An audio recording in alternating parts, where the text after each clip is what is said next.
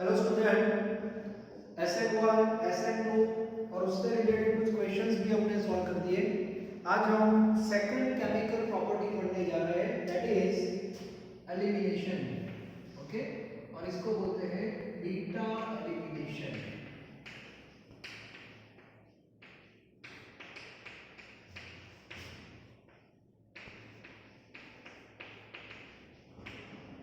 और ई का रिएक्शन है, इसको डी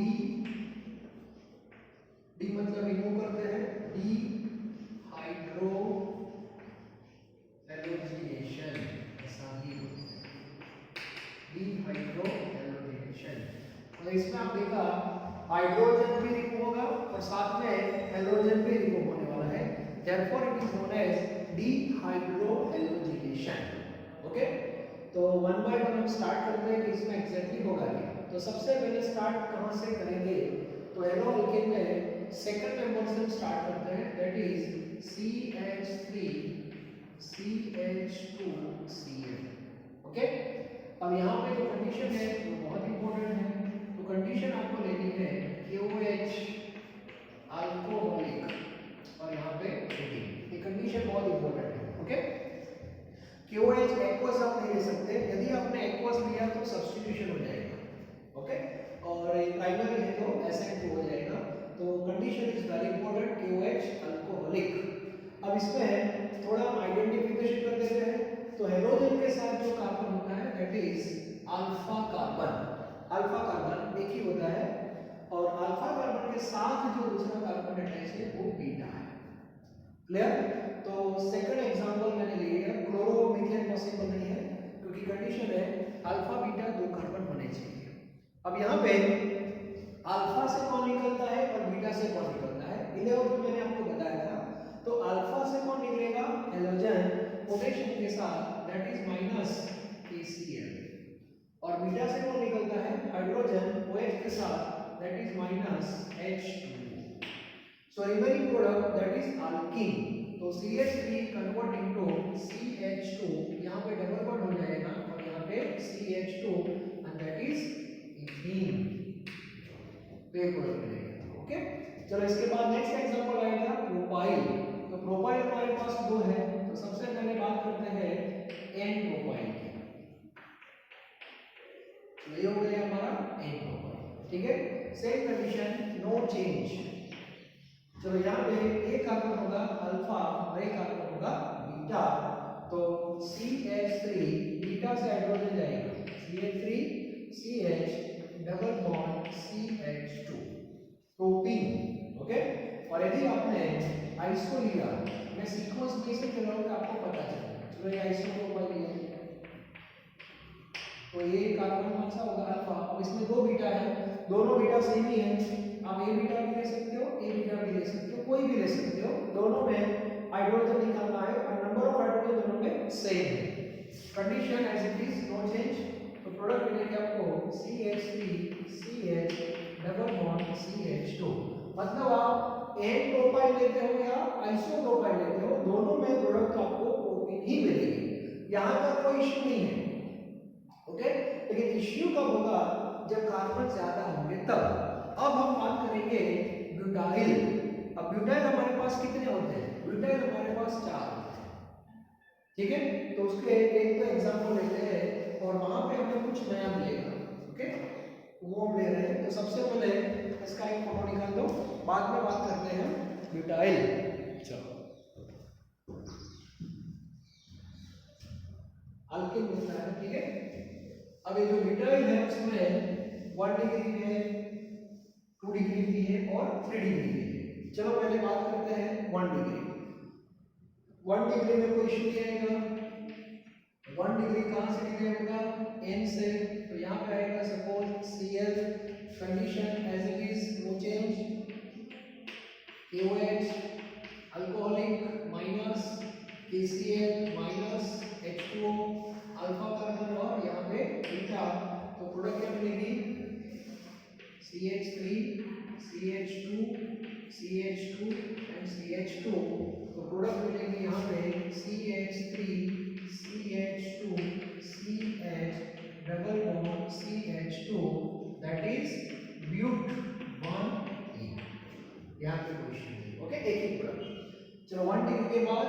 डिग्री। 2 डिग्री ब्यूटेन कैसा था? तो सबसे पहले आपको n ब्यूटेन लिखना है और यहाँ पे मैंने Cl कर दिया। चलो यहाँ पे देखो CH3 CH2 CH3 और यहाँ पे CH। तो क्लोरीन के साथ जो कार्बन है वो अल्फा है और ये दोनों बीटा है। अब यहाँ पे कंफ्यूजन होगा क्योंकि कौन सा हाइड्रोजन निकालेंगे, तो हम दोनों निकाल सकते हैं 1 by 1। मतलब वेसल के अंदर आपको सिंगल प्रोडक्ट नहीं मिलेगी, मिक्सचर मिलेगा। ठीक है, तो जो मिक्सचर मिलेगा वो किसका होगा पहले मैं लिखते हैं। सबसे पहले हम यहाँ से निकालते हैं हाइड्रोजन। हैलोजन तो निकालना ही है, तो CH3 CH2 CH double bond CH2 और इसको बोलते हैं ब्यूट 1 ब्यूट 1 ओके। और बाद में दूसरा चेक करते हैं, यहां से निकालते हैं। चलो CH3 CH double bond CH3 और इसको बोलते हैं ब्यूट 2 ओके। तो यहाँ पे आप देखो मिक्सचर मिलता है, तो सर हाँ तो मिक्सचर मिलता है, लेकिन मिक्सचर जो मिलता है ऑर्गेनिक में तो एक क्वेश्चन आता है कि which one is a major product, मतलब परसेंटेज वाइज कौन ज्यादा होगा, ब्यूट 1 इन होगा या ब्यूट 2 इन होगा, वो आपको स्टडी करना है। तो उसके लिए हम क्या करेंगे, तो जब प्रैक्टिकल हुआ तो पता चला कि ब्यूट 2 इन है, that is a major product, ये मेजर प्रोडक्ट है अराउंड 80%। ओके, और ये जो है ये माइनर है जस्ट 20%। ओके, अब यहाँ पे कौन सा रूल अप्लाई होगा, तो 11th में मैंने एक वर्ड आपको बताया था, that is highly substituted alkyne, ऐसा मैंने एक वर्ड यूज किया था, हाईली सब्स्टिट्यूटेड अल्कीन। तो आपके पास इथीन जो होता है, इथीन जो है उसमें सब्स्टिट्यूशन हुआ ही नहीं है, क्योंकि दोनों कार्बन के पास दो हाइड्रोजन एज इट इज है। तो इससे ज्यादा रिएक्टिव कौन होगा, ऐसा मैंने आपको बताया था CH2 डबल बॉन्ड CHR, इसकी कंपेयर में ये ज्यादा स्टेबल है, R आ गया इसलिए। बाद में दूसरा मैंने आपको बताया था, यहाँ भी R आ गया तो 2 R आ गया, तो ये ज्यादा स्टेबल होगा। इसके बाद ज्यादा स्टेबल कौन होगा, CHR डबल बॉन्ड Cr2, ये ज्यादा स्टेबल होगा, H भी गया। और सबसे लास्ट में Cr2 डबल बॉन्ड Cr2, तो हाईली सब्स्टिट्यूटेड अल्कीन ए है, इसमें 4 R है, तो हाइपर कॉन्जुगेशन के हिसाब से भी हम स्टडी कर सकते हैं। और ये जो कॉन्सेप्ट दिया है दैट इज सेटजेफ, एक रूल है, इसको बोलते हैं सेटजेफ रूल।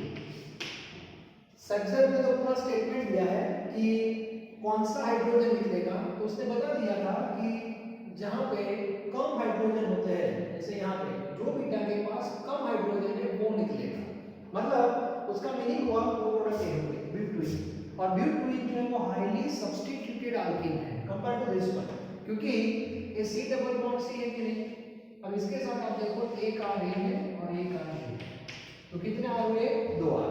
और यहाँ पे आप देखो ये C डबल बॉन्ड C है, तो इसके पास एक ही R है, ये तो 2 हाइड्रोजन है। आपको एक क्वेश्चन पढ़ना है, C डबल बॉन्ड C के साथ टोटल कितने R कनेक्टेड है वो चेक करो, इसमें एक ही R है, वहां पे 2 R है, तो जहां पे 2 R है that is highly substituted alkyne, और वहां पे हाइपर कॉन्जुगेशन आपको ज्यादा मिलेगा। ओके, तो इसीलिए आपको स्टडी करना है और पता चल जाएगा। यहाँ पे आपको हाइपर कॉन्जुगेशन इसके 3 और इसके 3 6 हाइपर कॉन्जुगेशन मिलेगी, और यहाँ पे आपको हाइपर कॉन्जुगेशन ये जो R है उसमें यहाँ पे 2 है और यहाँ पे 3 है, यहाँ पे 5 ही है। ठीक है, तो इसकी कंपेयर में ये ज्यादा स्टेबल है, तो क्लियर होना चाहिए। तो ए सेटजेफ रूल है, तो ए मोस्ट इंपोर्टेंट है। तो एग्जाम के लिए एमसीक्यू में आपको सेटजेफ रूल आपको पता होना चाहिए, दोनों प्रोडक्ट आपको लिखने हैं, लेकिन मेजर कौन है वो भी क्लियर होना चाहिए। जे डबल इन में तुम आगे भी जा सकते हैं, ये ब्यूट 2 इन जो है उसके दो ज्योमेट्रिकल आइसोमर भी होते हैं, 6 and trans, तो इन लोगों ने और भी ज्यादा स्टडी किया तो पता चला कि जो ट्रांस है वो ज्यादा मिलता है। The reason behind is dipole moment. Okay, dipole moment trans का 0 होता है यहाँ पे, और इसका आपको मिलेगा जितना डाइपोल मोमेंट रहेगा उतना स्ट्रक्चर में स्ट्रेस रहेगा, और जितना स्ट्रेस ज्यादा रहेगा स्ट्रक्चर के अंदर उतनी उसकी स्टेबिलिटी कम होती है। तो इसीलिए मैंने जो पीडीएफ आपको भेजा है उसमें सारे पॉइंट्स मैंने मेंशन करके रखे हैं, तो ये भी थोड़ा आप नॉलेज में रखना। क्लियर?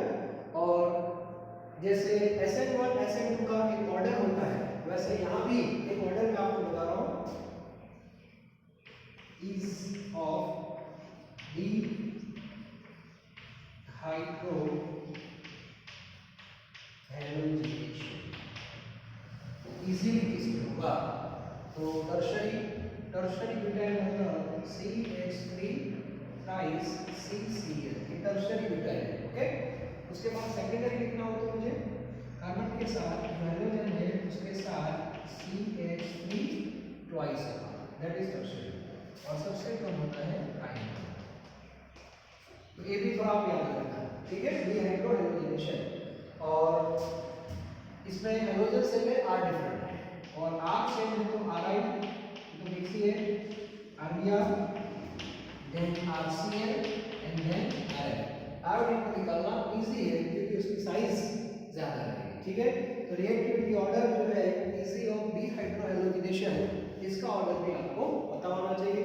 बहुत ही इजी रिएक्शन है एलिमिनेशन, लेकिन एलिमिनेशन और सब्स्टिट्यूशन के बीच में कंपटीशन बहुत होती है, पर्टिकुलर 2 डिग्री में। ओके, लेकिन यहाँ पे ऐसा कुछ नहीं है, यहाँ पे KOH आपने अल्कोहलिक यूज किया है, हीटिंग दिया है, तो एलिमिनेशन ही होगा। और यदि आपने एक्वस कर दिया तो substitution will take place instead of elimination, और एलिमिनेशन और सब्स्टिट्यूशन में कंपटीशन होती है, और वो जो पार्ट होता है वो डिटेल में हमारी बुक में नहीं है। दैट इज फॉर जीनीट के लिए आप थोड़ा पढ़ सकते हो, उसके बारे में मैं अलग से आपको नोट्स दूंगा, वरना पूरा मिक्सअप हो जाएगा। तो अभी हमें थोड़ा बेस पे रहना है, ओरिजिनल ट्रैक पे रहना है, साइड डाइवर्जन पे अभी नहीं जाना है, याद रखना। जब तक आप पहले फंडामेंटल या क्लियर नहीं हो जाते कि चलो इसमें एलिमिनेशन ही हो रहा है, इसमें सब्स्टिट्यूशन ही हो रहा है, उसमें SN1 ही हो रहा है, उसमें SN2 ही हो रहा है, तो अभी ये सारे पॉइंट्स आप माइंड में पहले फिट कर लो। थोड़ा तो वेरिएशन आता है उस कंडीशन के हिसाब से, ऐसे जो क्वेश्चंस होते हैं वो बाद में डिस्कस करेंगे, अभी नहीं। अभी हमें मेन ट्रैक पे ही रहना है। क्लियर? तो ये परफेक्ट होना चाहिए। ऐसा भी है कि मान लो कि यहाँ पे ये जो क्लोरीन है इसकी जगह मैंने फ्लोरीन यूज किया, फॉर एग्जांपल फ्लोराइड है तो उसका उल्टा हो जाता है, उसमें ब्यूटाडीन है, that is a major product compared to this one. तो ऑर्गेनिक केमिस्ट्री में जैसे बहुत सारे वेरिएशन है, and that is Hofmann rule, that is Hofmann. जैसे मार्को एंटी मार्को हमने पढ़ा था, एंटी पैरोक्साइड जब होता है तो वहां पे मार्को से ऑपोजिट रिजल्ट हमें मिल रहा है, दैट इज एंटी मार्को। तो यहाँ भी ऐसा है, यहाँ पे क्लोरीन की जगह यदि फ्लोरीन हमने यूज किया, फ्लोरीन, तो रिजल्ट जो मिलता है that is opposite to Saytzeff floor, and that is Markovnikov sorry that is Hofmann rule. लेकिन वहां पे कुछ कंडीशंस से कुछ डिफरेंट होती है यहाँ पे। ओके, तो एक क्लियर होना चाहिए। तो ऐसे बहुत सारे पॉइंट्स होते हैं, there is a exceptional case, तो जहां पे जो रिक्वायरमेंट है वो मैं आपको बताऊंगा, ठीक है। बीच बीच का जो डिफरेंस है वो मैं थोड़ा थोड़ा आपके सामने रखते जाऊंगा, ज्यादा नहीं, वरना आप कंफ्यूज हो जाओगे। हमारा जो ओरिजिनल ट्रैक है उसको तो पकड़ना है, तो टेक्स्ट बुक जो है उसको पहले अच्छी तरह से स्टडी करना, मेन ट्रैक में पहले रहना, डाइवर्जन बाद में। ओके, तो आज का जो लेक्चर था that is beta elimination. This is a second chemical property of hello alkane, बहुत इजी है। ओके, नेक्स्ट लेक्चर में हम एक और प्रॉपर्टी पढ़ने वाले हैं, रिएक्शन विद मेटल। ओके, और उसमें दो इंपॉर्टेंट रिएक्शन आ रहे हैं, that is a Grignard and second that is a Wurtz. ये भी हमने 11th में पढ़ा हुआ है, फिर से पढ़ेंगे, ठीक है। Thank you very much.